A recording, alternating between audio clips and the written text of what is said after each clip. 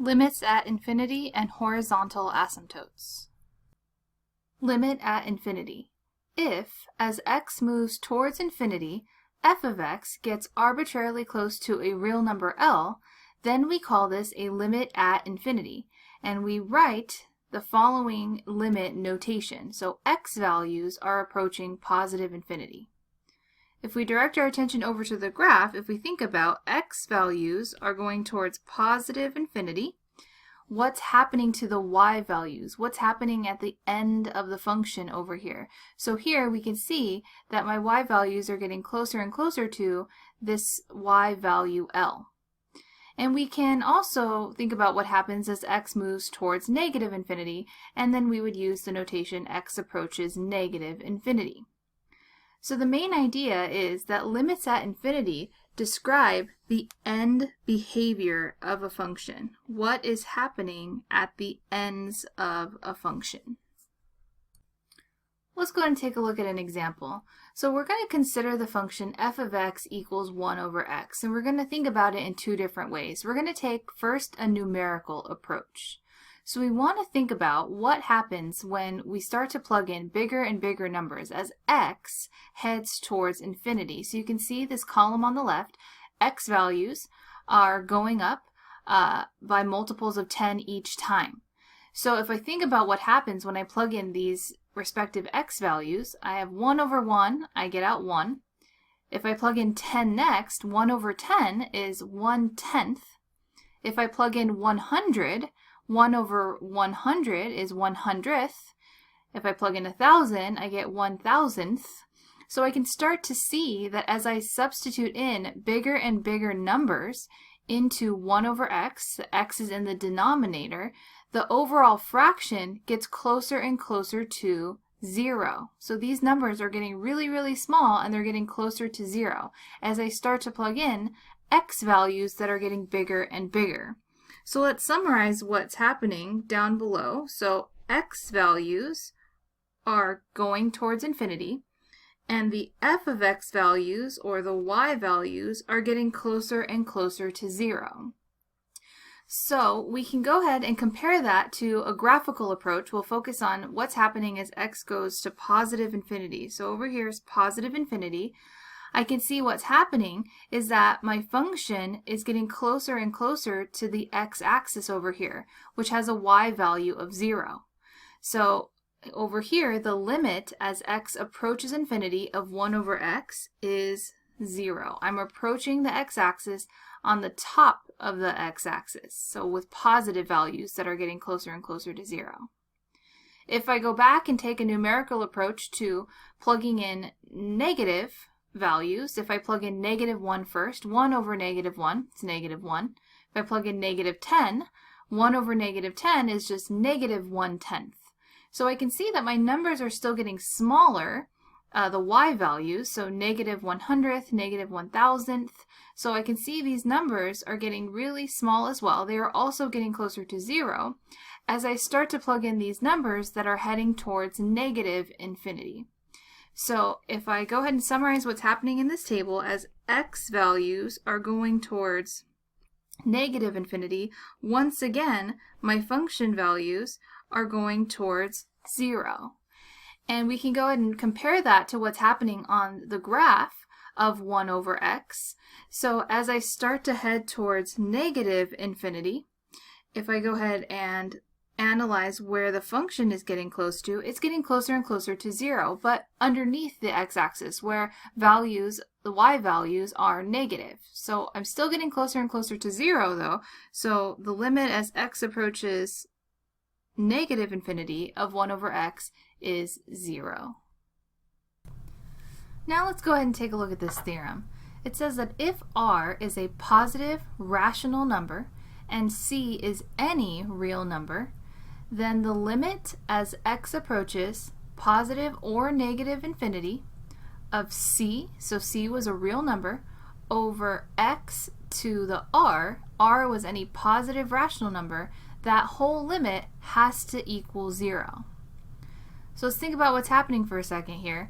We are having a fixed value in the numerator, some constant number c, and the denominator is x to a positive rational number.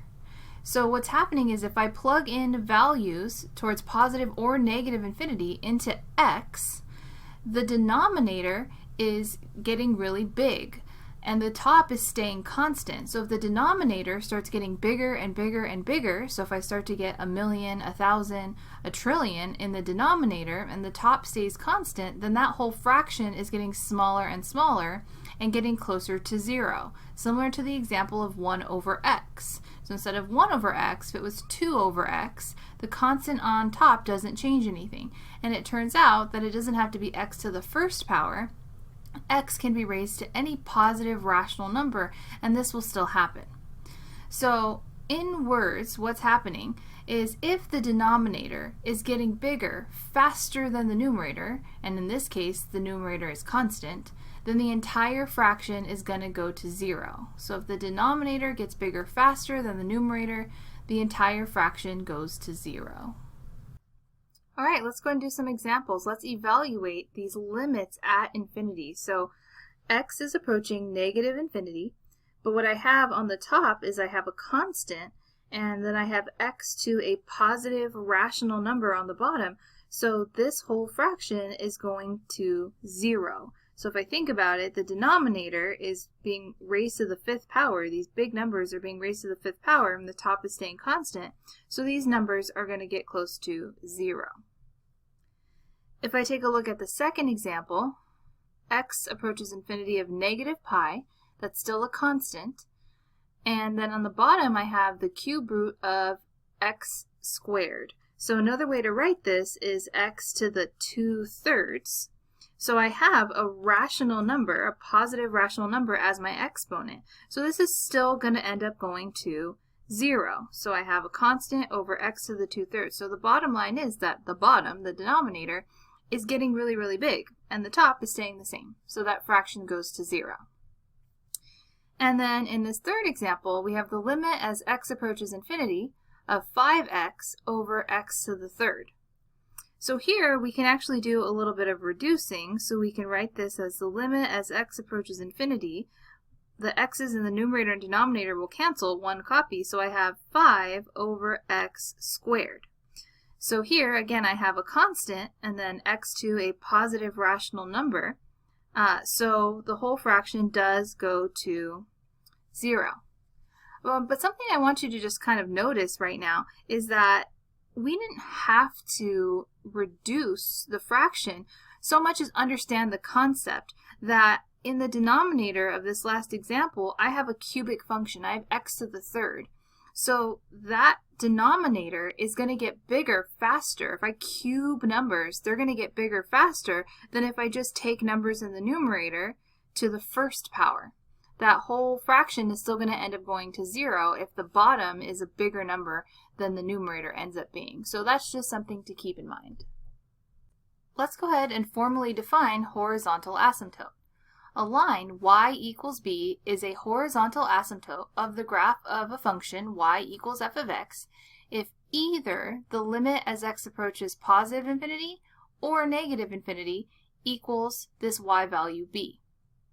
So in other words, if we're ever told find all the horizontal asymptotes of a function f of x equals, that's the same as being asked to evaluate the limit towards positive infinity and the limit towards negative infinity. In this example, we want to write an example of a limit for a function f of x that indicates f of x has a horizontal asymptote at y equals 4. And part B, we want to indicate f of x has a vertical asymptote at x equals 1. So the big picture here is we're trying to figure out, well, what's the difference between a limit at infinity versus an infinite limit? And we'll think about this graphically. So a limit at infinity is all about what's happening towards negative infinity and positive infinity on the graph. If I end up getting close to a real number L, then I have a horizontal asymptote at that value L. So for part A here, if I want to tell somebody the graph of f of x has a horizontal asymptote at y equals 4, I'm going to go ahead and write that the limit as x approaches either positive or negative infinity of f of x equals 4. So I could also have written negative infinity. Either one will work. So write an example. This one satisfies it just fine. So now thinking about that, the difference between that and an infinite limit. So an infinite limit corresponded to a vertical asymptote. What that meant was that as x approaches c from the right on this example, my y values are going up to positive infinity, or c from the left, sorry it's kind of small and blurry, is going down towards negative infinity. So if I have either one of these situations happening, as I approach a real number from either the left or the right, if I approach positive or negative infinity, I now have a vertical asymptote. So here, I'm going to go ahead and construct a limit that tells somebody that f of x has a vertical asymptote at x equals negative 1. So I have the limit as x approaches negative 1. So I could write from the left, from the right, I could even put a two-sided limit. So I'll leave it as a two-sided limit. The limit as x approaches negative 1 of f of x equals infinity. So essentially what I'm telling somebody, if I drew a little sketch of my graph, is that at negative 1, both sides are heading up to positive infinity. Whereas part A said that as I approach positive infinity, here's 4, there's a horizontal asymptote there. So other stuff might be happening, but at the end of the function, my graph is getting closer to 4. Now, it might even cross over 4, right, bounce back and forth, but as long as it gets close to 4 at the ends of the function, or at the right end of the function towards positive infinity in this particular case, then I have a horizontal asymptote. Let's go and do an example where we sketch a function, f of x, that satisfies all of these conditions. So the limit as x approaches 3 equals infinity. So here what we have is something that represents a vertical asymptote. As x values get close to 3 from both sides of 3, my y values are going up towards positive infinity. So I'm just going to keep it tight and narrow around 3 for now until I figure out what else is going on the graph. As x approaches negative 2 from the left, my function's approaching positive infinity. And as x approaches negative 2 from the right, f of x approaches negative infinity. And so just looking kind of ahead, there's nothing else that's going on between negative 2 and 3, so I'll just kind of keep that in mind. So as I look at negative 2, I do have a vertical asymptote there, and there's different behavior on each side. So as I approach negative 2 from the left side, I'm going up towards positive infinity. And then as I approach negative 2 from the right-hand side, so from the right side of 2, just barely to the right, coming towards negative 2, I go down to negative infinity. And as I said, in between negative 2 and 3, we have flexibility. I can just go in and connect this however I want, just making sure I still have a function. I pass the vertical line test. And then looking at the next one, the limit as x approaches negative infinity of f of x equals 2. So this describes what's going on as x values go towards negative infinity. So this one is a horizontal asymptote. So these two described another vertical asymptote. So towards negative infinity, my y values are getting closer to 2. So I'm going to pick up where I left off here, and I'm going to head towards 2. So I'm going to approach 2 on the left-hand side, so I do have this horizontal asymptote happening towards negative infinity. And this one here, the limit as x approaches infinity of f of x equals negative infinity. This one's not a horizontal asymptote because negative infinity isn't a real number. So what this says is as my x values are getting bigger towards positive infinity, my function is going to go ahead and head towards negative infinity. So I'm going to go down towards the y values, negative infinity over here. But I just want to be careful. I do have one other condition over here, f of 5 equals 0. So this is saying where to put a specific point. So put a specific point at the x value 5 on the y-axis at 0. So I'm going to go ahead and pick up where I left off here, and then take my graph and head down towards negative infinity. So as x values go to positive infinity, so as I keep going to the right, I'm told that my y values keep going down. But I also had to satisfy this little piece right here, f of 5 equals 0.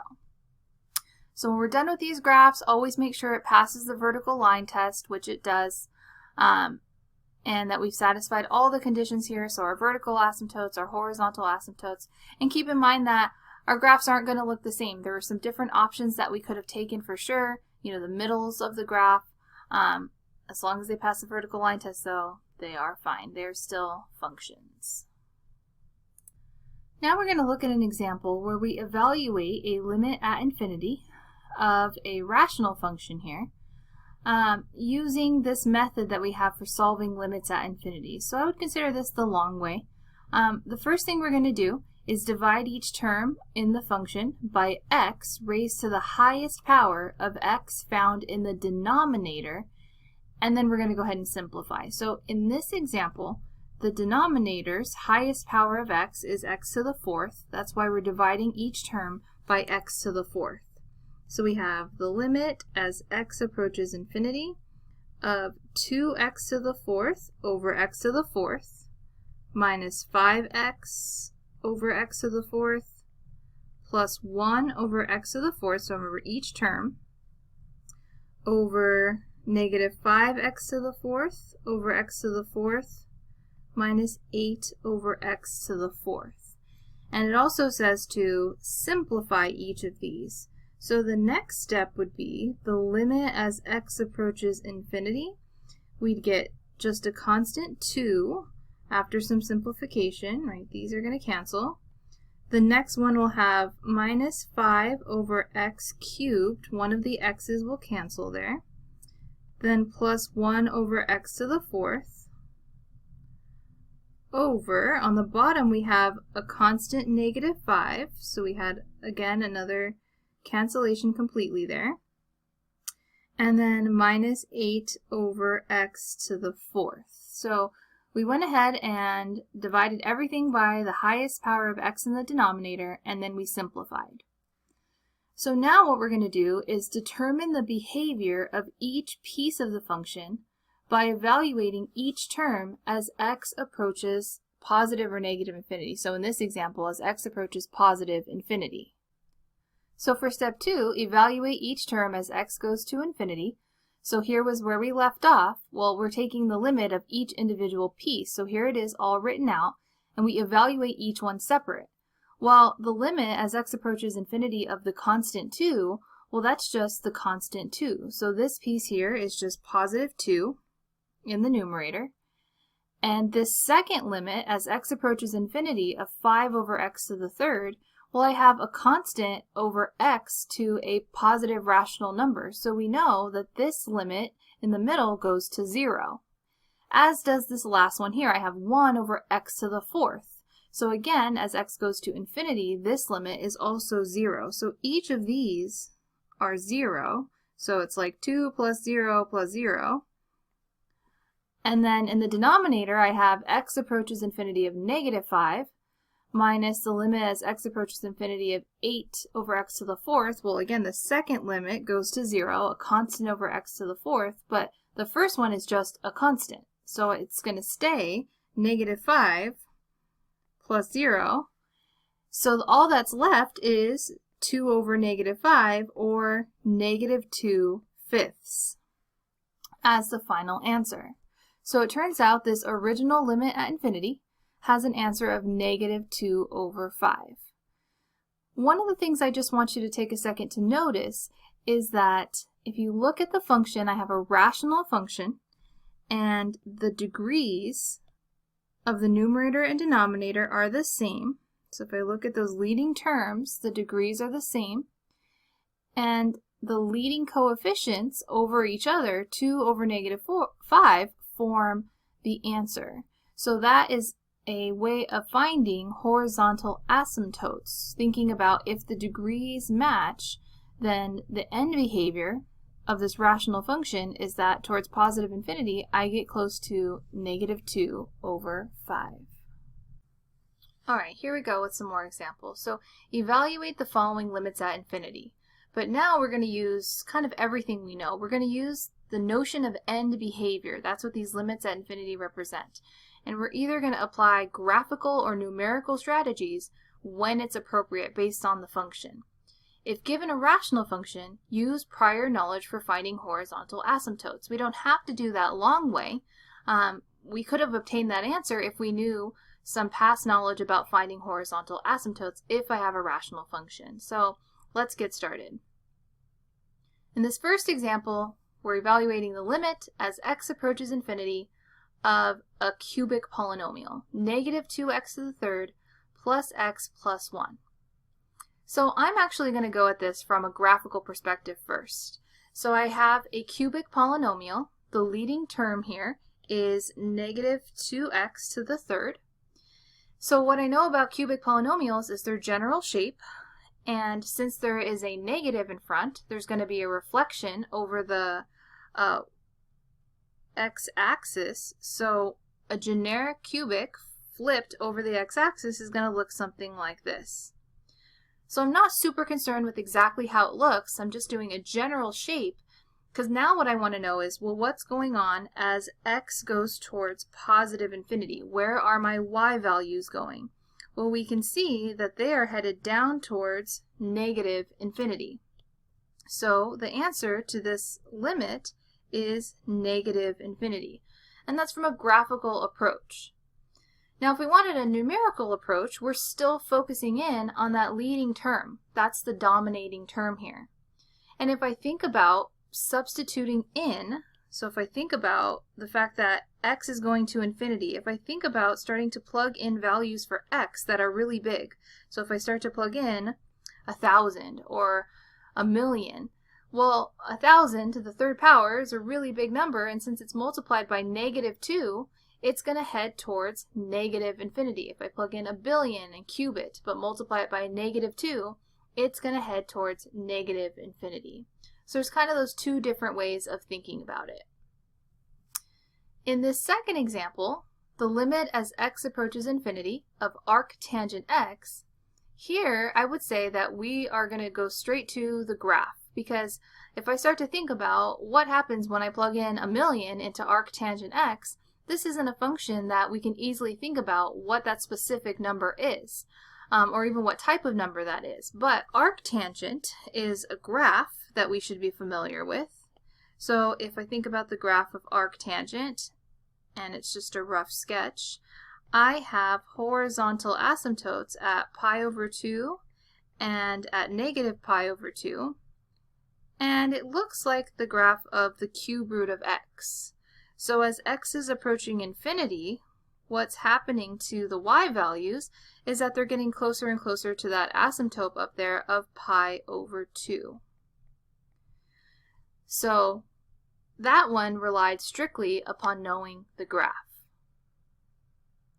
Looking at the third example here, I have the limit as x approaches infinity of, on the top I have a polynomial, a cubic polynomial, x cubed, and on the bottom I also have a polynomial, but it's not been distributed out. So I have x squared plus 1 all squared. So I do have actually a quartic polynomial, a degree 4 polynomial.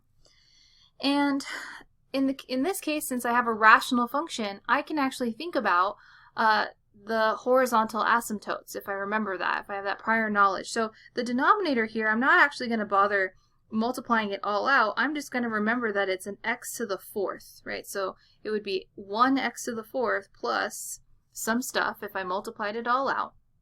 But the reason I'm doing that is because I'm focusing on the leading term of the numerator and the leading term of the denominator. So essentially, if the numerator's degree is less than the degree of the denominator, and it is, 3 is smaller than 4, then the horizontal asymptote is 0. And this really comes from what we learned earlier, that if the numerator is growing slower than the denominator, so in this case a cubic is growing slower than a quartic, a degree 4, then the whole fraction goes to 0. So it's kind of like I can think about it as the numerator is x cubed and the denominator is x to the fourth. So if I simplify that, well, that's 1 over x. And I know 1 over x goes to 0 as I start to plug in numbers towards positive infinity. So that's the rationale that's going on in our mind, so that we can do this a little more simply rather than that long way of dividing every term by the highest power of x in the denominator. So if I go ahead and take a look at the fourth example, here I have the limit as x approaches negative infinity, and I have 3 plus 5x minus 2x squared, so I do have a polynomial on the top, quadratic, and on the denominator I have a linear function, so 3x, so also a polynomial. So I have a rational function. So I can think horizontal asymptotes, or I can really think about comparing the degree of the numerator and the degree of the denominator. Well, this time the numerator has a degree of 2 and the denominator has a degree of 1, x to the first. So the numerator is growing bigger faster than the denominator. So I actually am not going to have a horizontal asymptote. That's what we would have said in like a precalculus class. There's no horizontal asymptote. But that's not the answer to this problem. What we have to do is think about, well, if the numerator is getting bigger faster than the denominator, the answer's got to be infinity, right? The top's getting really big and the bottom isn't. So if I just think about taking the leading terms, if I think about negative 2x squared and 3x. So here, if I even reduce to negative 2x over 3, if I think about what happens as I plug in negative infinity. So if I were to plug in negative 100, well, a negative times a negative is a positive. So the top is going to be a big positive number. It's going to get bigger and bigger. And the bottom is staying constant. So this whole fraction goes to positive infinity. So there's a little bit of thinking about that we need to do to decide if it's positive or negative infinity. And that's when the numerator is growing bigger faster than the denominator. Let's look at a few more examples. So the limit as x approaches infinity of the square root of x over the cube root of x squared. So let's go ahead and rewrite these as fractional exponents. So the limit as x approaches infinity of x to the 1/2 and then x to the 2/3. So we can actually do a little bit of reducing here. So this is the limit as x approaches infinity. I would subtract 1/2 from 2/3, so subtract the smaller fraction from the bigger fraction. So it's going to end up leaving a 1 in the numerator and an x to the 1/6 in the denominator. So if I do that work there, I can clearly see that I have a constant over x to a positive rational exponent as x goes to infinity. So this denominator is going to get bigger faster than this constant, which is 1. So the whole answer is going to be 0. Although you didn't have to show this work or do this work if back here you could convince yourself that 1/2 is smaller than 2/3, and so the denominator, x to the 2/3, will grow faster than the numerator of x to the 1/2. So we can still do that comparison to determine that the limit goes to 0. In this example here, as x approaches infinity, I have negative 3x minus sine x, and then over 5 minus 2x. So we have this new feature, a trig function involved inside.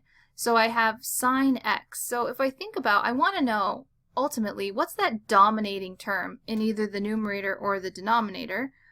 So in the numerator, the dominating term is actually going to be negative 3x. So how do we know that? Well, let's think about the graphs for a second, or the graph of sine x anyways. So we'll do that scratch work right here. The graph of sine x bounces between the y values 1 and negative 1. So those are all the outputs of sine x. So sine x isn't going to dominate this function. As I plug in values towards positive infinity, on the x-axis, the y values are just bouncing back and forth between negative 1 and 1. So the dominating term here is negative 3x in the numerator, and in the denominator, it's negative 2x.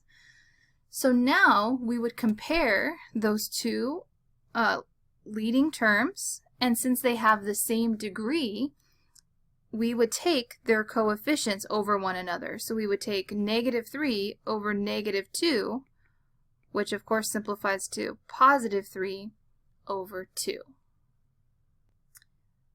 And now we have the limit as x approaches infinity of the square root of x to the fourth plus x over x squared minus 1. So we can clearly see the denominator is dominated by x squared.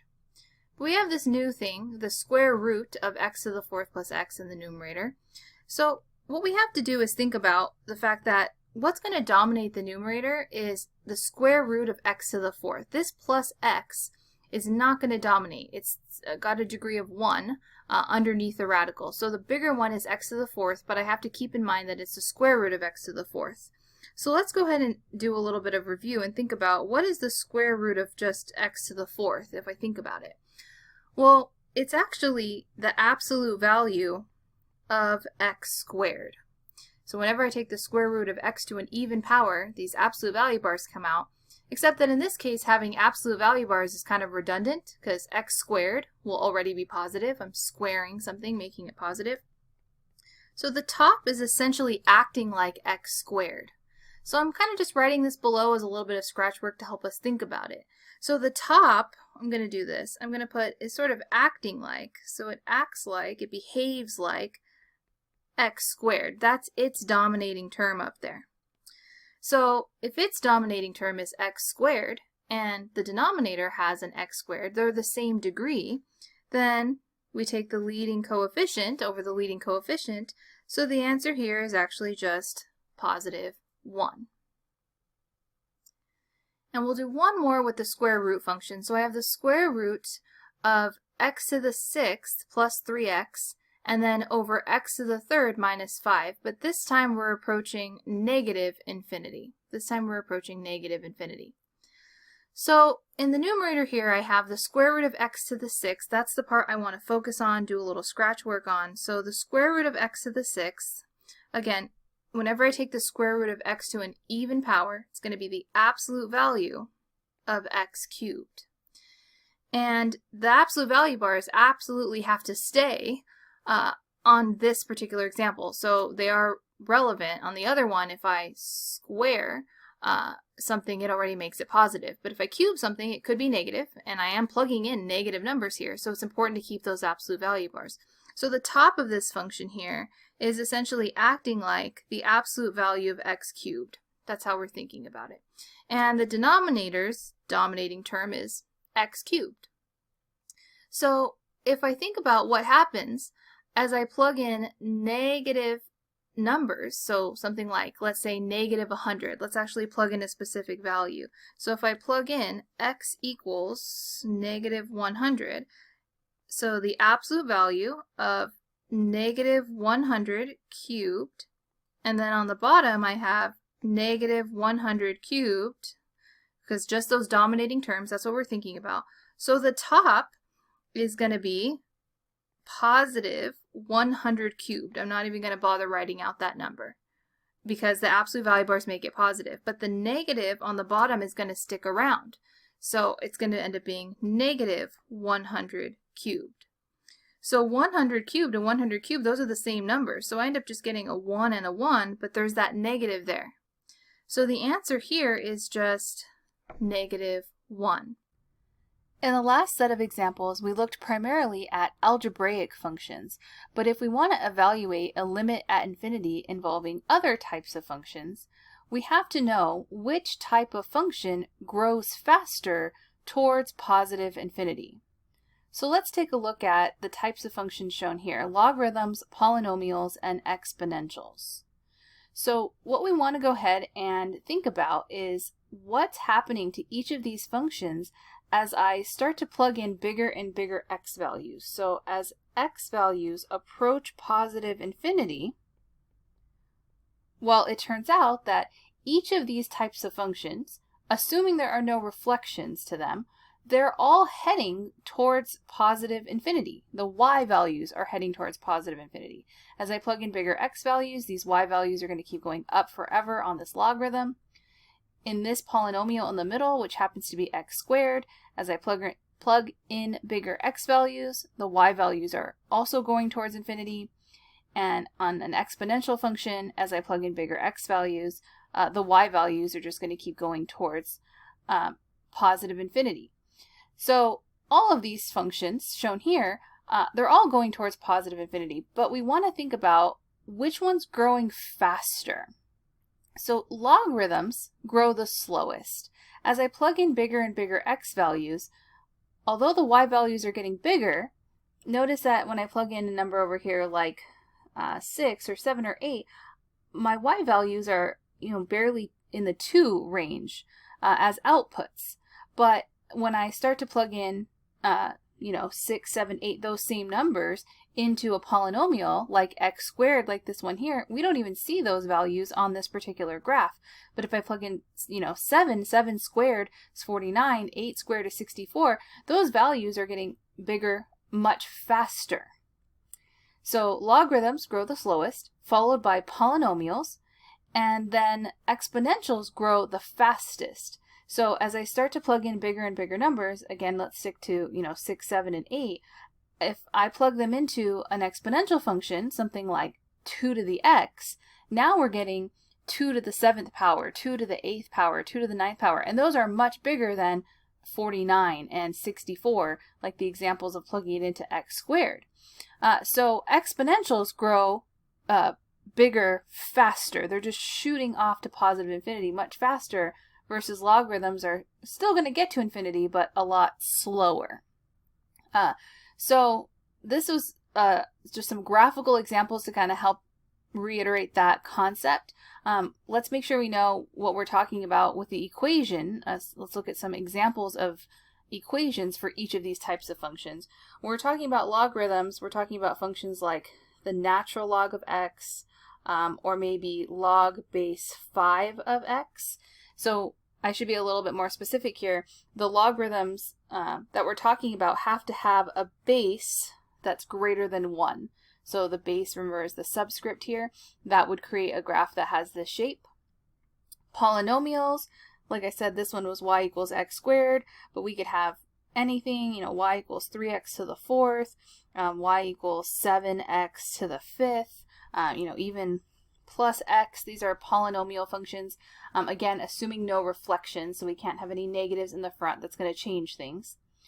And then exponentials, something like y equals 2 to the x, y equals e to the x. Just like logarithms, the exponentials also have to have a base, so that's the number being raised to the x, has to be greater than 1 in order to have this shape.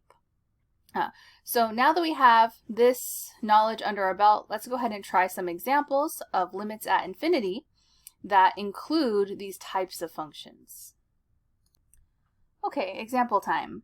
Let's evaluate the following limits using the notion of end behavior. So here we have the limit as x approaches infinity of, in the numerator, 3 to the x minus 10,000 all over 3x cubed plus 2x plus 1. Since I have a quotient, I am going to look at the numerator and denominator separately and think about what's that dominating term in each. In the numerator, the dominating term is 3 to the x, and that is an exponential function. So I'm just going to write exp next to it, just classify that dominating term there. And in the denominator, I have 3x cubed plus 2x plus 1. That's a polynomial function, and the leading term of that polynomial function is 3x to the third, 3x cubed. And I'm going to put next to that poly for polynomial. So these are two different types of functions that we're looking at that dominate the numerator and denominator. Since we are evaluating a limit at infinity, it's the only time we're going to use, this end behavior idea, we're going to think about, well, which one grows bigger faster?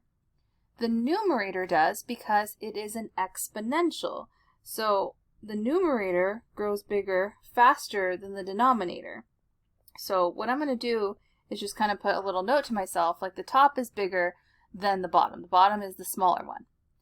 So if I think about that, and if it helps, kind of put some numbers as placeholders there. So a bigger number be drastic. A billion, so if I think about a billion over a smaller number, like 1 or 10, that is a really, really big number. So this whole thing is going towards positive infinity. If the top of a fraction is bigger than the bottom, then that whole thing is going to infinity. So that is the answer to the first one. There's not a ton of work. It's really just understanding that notion of end behavior and comparing the numerator and denominator, which one's bigger, which one's smaller. Or are they growing at the same rate, which we'll look at. In the second example, a limit as x approaches infinity again of, in the numerator, e to the x plus x to the 10th all over 5 to the x. Well, in the numerator, e to the x is an exponential function. X to the 10th is a polynomial. We already know that the exponential will dominate, right? It grows bigger faster than a polynomial like x to the 10th. So we're not going to even bother thinking about x to the 10th. And then in the denominator, we have 5 to the x, which is another exponential. Right? So what do we do when we have two exponentials? Well, they're not the exact same exponential. They have different bases. So in the numerator, e to the x, the base there, e, it's like 2.71, right, to the x. And then on the bottom, we have 5 to the x. So which one's growing bigger faster? Well, the one with the bigger base. So what's happening on this fraction is the bottom is the bigger one, right? So the top one is the smaller one in this case. So if I have a fraction and the bottom is bigger and the top is smaller, so if it helps, be drastic in your mind, smaller like 1 over bigger like a billion, 1 in a billion, that's a very small number, right? Think about your chances of winning the lottery. If you have a 1 in a billion chance of winning the lottery, you basically have no chance of winning the lottery. So the answer there is 0. If the bottom grows bigger faster than the numerator, then the whole thing grows to 0. If the top grows bigger faster, then the whole thing goes to infinity. Now let's look at this last example here. As x approaches infinity on this limit, we have a numerator that's negative 4 to the x plus cosine x all over 4 to the x plus 3 to the x. In the numerator, the dominating term is the exponential, negative 4 to the x. Cosine x is a trigonometric function, and it is trapped between negative 1 and 1. If I think about the graph of cosine, it just like bounces back and forth between positive 1 and negative 1. Whereas, 4 to the x, we talked about how exponentials, grow bigger. So that's the dominating term. In the denominator, 4 to the x plus 3 to the x, the dominating term is 4 to the x. And quick reminder, 4 to the x plus 3 to the x does not combine together. So these are not like terms. So then if I look, I have negative 4 to the x on the top and 4 to the x on the bottom. So towards positive infinity, that's really all we're focusing on. All the other smaller stuff pretty much disappears. So they're both exponentials, could label it the same as before, and they both have the same base. So the base of each of these is 4. So towards infinity, it's like they're going to cancel each other out every time because they're the exact same number, except there's a negative in front of this exponential. So all that's left here is going to be negative 1. And that's going to be the answer to the limit. So that's because they were the same exponential with the same base. Similar to if we think about the examples of rational functions, like when I have, let's say, x to the 4th plus x squared over 2x to the 4th plus x, when I had a rational function, a polynomial over a polynomial, if the degrees were the same, x to the 4th, we just take the leading coefficients. We took 1 over 2 and got out 1/2. It's the same idea. So here, they're both exponentials with the same base instead of polynomials with the same degree. So we take the coefficient. We take the negative 1 over 1, and that's what gives us negative 1. And along those same lines here, what's going on with like the second example, when I was thinking about horizontal asymptotes on rational functions, if I had x cubed over x to the 5th plus 1, they're both polynomials, but if the degree on the bottom is bigger than the degree on the top, the horizontal asymptote, or the end behavior, is 0. So it's, similar ideas, it's just we learned this in terms of only rational functions, polynomials over polynomials. Now we're extending it to include other classes of functions like exponentials.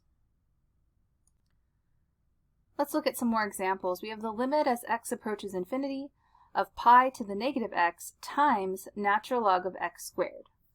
This one looks different automatically because I don't see a quotient, and ideally I would like a quotient unless it's just one simple function that we can maybe graph and then look at the end behavior real quick. We'd prefer to have a quotient so we can compare the numerator and denominator. So here I'm going to rewrite this as the limit as x approaches infinity of natural log of x squared over pi to the positive x.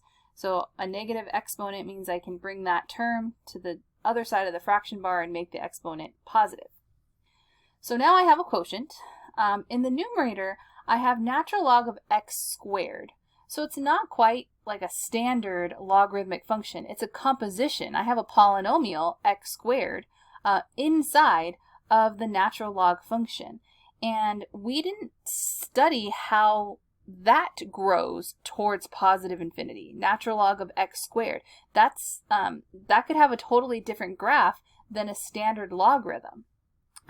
But let's kind of pull something maybe from our memory in precalculus. The fact that this 2 can drop down to the front of this log using log properties. So the limit as x approaches infinity of 2 times the natural log of x over pi to the x. So now this is just a basic logarithmic function, and that 2 in front is just a vertical stretch. So that's fine. Now this is still going to fall in that comparison of logarithms grow slower than polynomials than exponentials. But we wanted to just be careful here because we weren't necessarily sure how natural log of x squared looks as a function. Maybe that grows faster than just a regular old polynomial because there's a polynomial inside of natural log. So we want to be careful about that. All right, so now let's go ahead and classify these. So the numerator is just a logarithm. The denominator is an exponential. And the base is pi, which is bigger than 1, so 3.14 to the x, so it is an exponential. This bottom is going to grow bigger faster than the top. The top is just a logarithm, and then the bottom is going to grow bigger faster. So if the bottom grows bigger faster, then the whole thing goes to 0.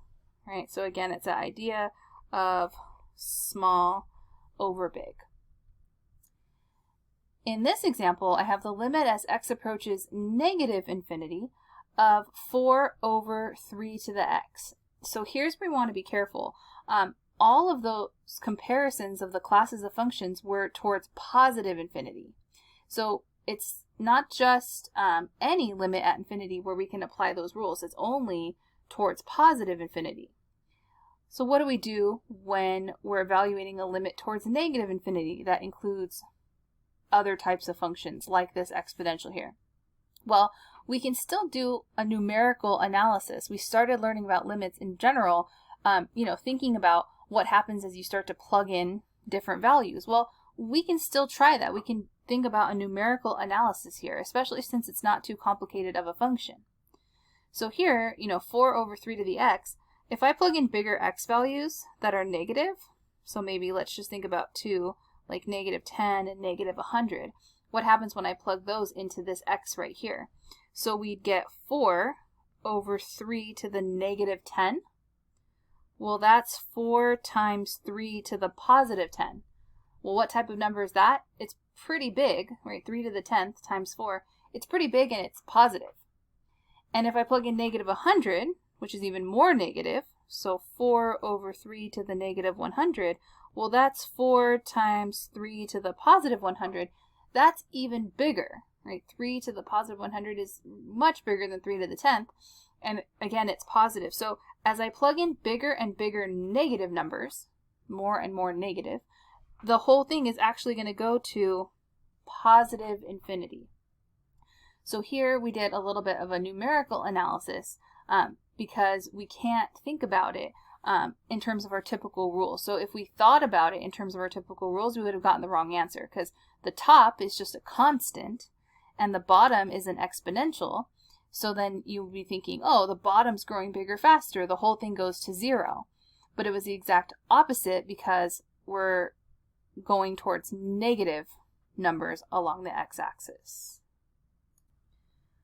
And now we have 2 more limits. We have the limit as x approaches infinity of natural log of 2 plus e to the x minus natural log of e to the x plus 1. So right now I have a difference of 2 functions. And if I think about what happens to each function as x approaches infinity, I'm actually going to get infinity minus infinity. So we can just kind of think about this for a second. If I plug in values into x here, bigger and bigger values into x, well, e to the x is an exponential going towards infinity. Then we're going to add 2 to that, so still going towards infinity. This inside is going towards infinity. If I plug that number into natural log, if I plug bigger and bigger numbers into natural log, that's still going to infinity. So what we have is that, this first part, so if I were to just kind of try a direct substitution numerical analysis, I would get an infinity here, and I would get an infinity here. So e to the x, again, going towards infinity, plus 1, still infinity. When I plug that into natural log of infinity, big positive numbers is infinity. So infinity minus infinity is what I have going on. That's indeterminate, right? This quantity doesn't make sense. Infinity minus infinity. What is that? Is it infinity? Is it 0? So we have to, do some more work. We have to do something else to kind of figure this out. So what we are going to do is use a log property. If I have the difference of 2 logs with the same base, and they both have the same base, they're both natural log, they can condense together to be a logarithm of a quotient. So the natural log of 2 plus e to the x over e to the x plus 1.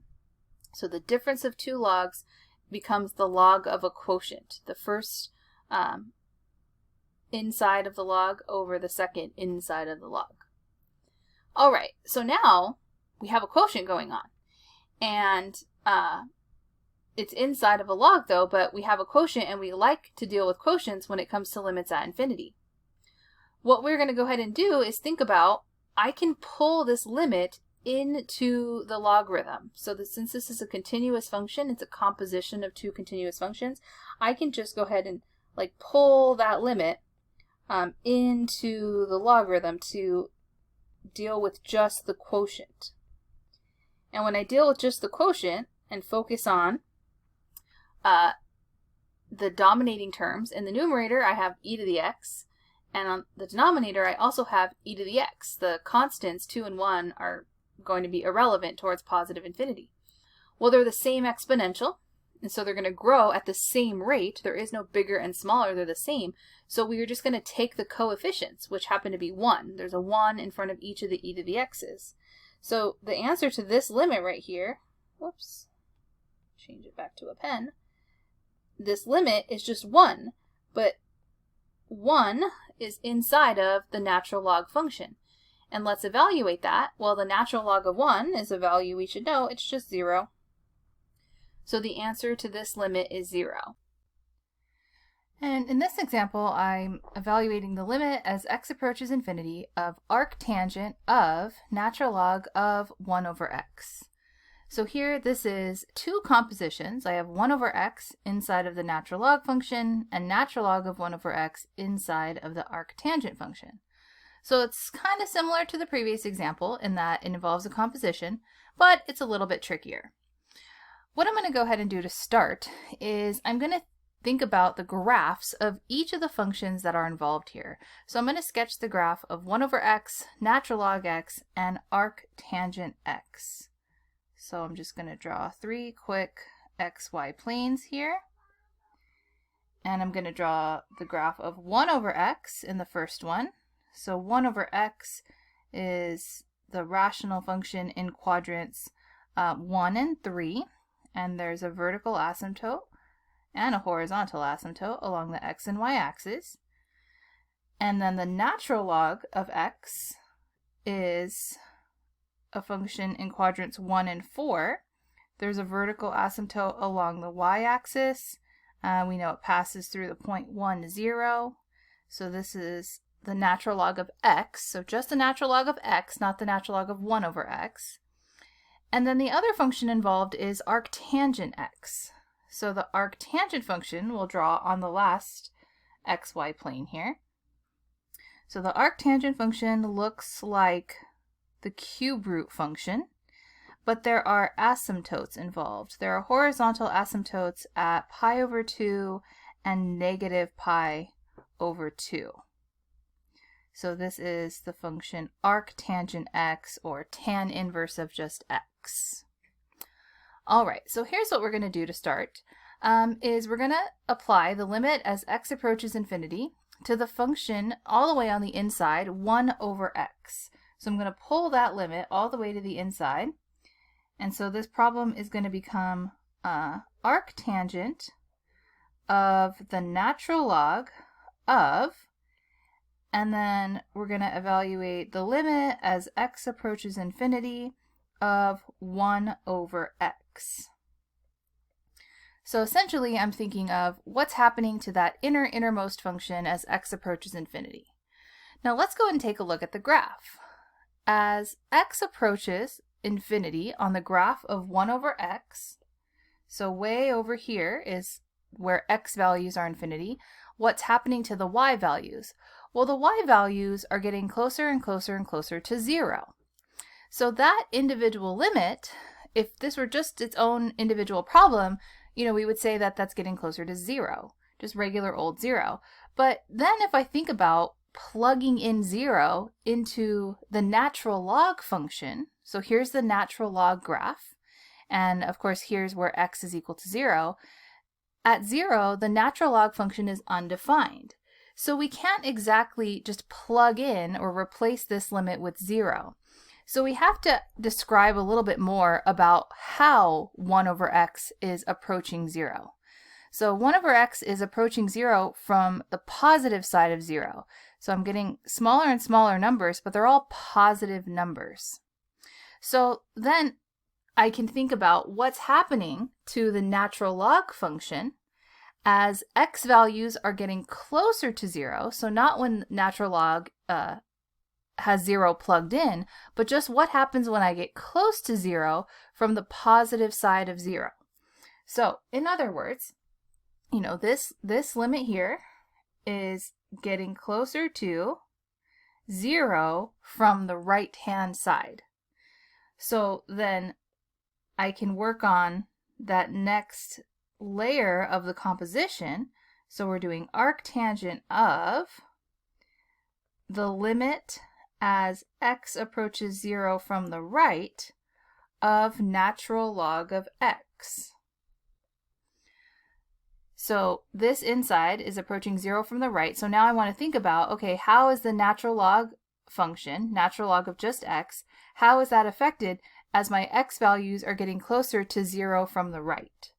So on the 1 over x graph, I was looking over here. And so I was getting closer to 0 from the right. Now on the natural log of x graph, I'm looking at 0 from the right. So I'm looking at these values which are heading towards negative infinity. Right, so these values are heading towards negative infinity. So this limit now, the limit as x approaches 0 from the right of natural log of x, this is headed towards negative infinity. So then I think about, okay, well, if this inside is headed towards negative infinity, how does that affect arctangent? What's happening on the arctangent graph as I go towards negative infinity? So negative infinity on the x-axis is over here. What's happening to those y values is that those y values are getting closer and closer to that horizontal asymptote right there of negative pi over 2. So the last limit that I'm essentially solving is the limit as x approaches negative infinity of arctangent x. And so that's getting closer to, as I said, negative pi over 2, that horizontal asymptote to the left side of the graph. So in truth, it's not necessary to write it out with as many steps and layers as I did, but it's the idea that we're thinking about each layer. So I'm applying the limit as x approaches infinity to the innermost function and thinking about, well, what's happening to those outputs, and the outputs there getting closer to 0, but from the positive side. And then how does that affect the next layer? So what's happening on the natural log graph when you plug in numbers close to 0 from the right? Oh, those go towards negative infinity. So this whole inside is going to negative infinity. How does that affect the outputs of arctangent? When I go towards negative infinity, my outputs, my y values, are getting closer to negative pi over 2.